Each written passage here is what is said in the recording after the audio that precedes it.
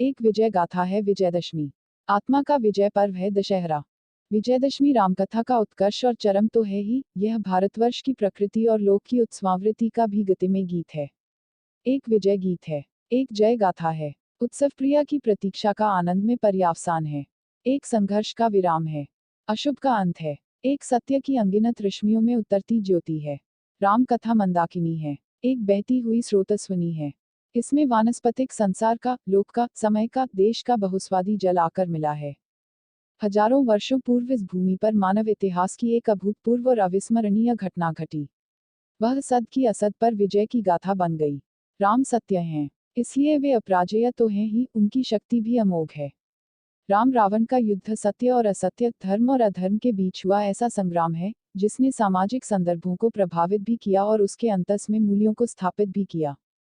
राम कथा की मंदाकिनी में हजारों वर्षों से नित नया जुड़ता चला गया, जुड़ रहा है। विजय पर्व आज अकेला राम का जय घोष नहीं, वह भारतवर्ष की व्यापकता में समाहित राम का विजय घोष बन गया है।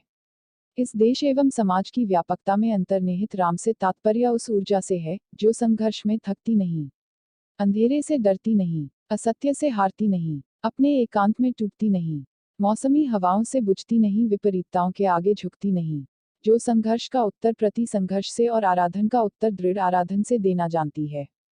विजय पर्व में यह ऊर्जा कई कोणों से आकर राम कथा की धारा का ही नहीं, बल्कि इस देश की चेतना का या आत्मा का उत्सव रचती है। जब विजयादशमी होती है, तो उस उल्लास में शुंभ निशुंभ को बिदारने का संकल्प फल भी है। आदिशक्ति का ताली बजा बजाकर अपने दल के साथ नृत्य भी है। शरद की दूधिया चांदनी में नहाए राधा और राधा के नेह में भीगते कृष्ण का अनुराग भी है। जरती हुई शरद ज्योत्सना और उससे भारी होती रजनी में श्री कृष्ण और गोपियों के महारास का रस भी है।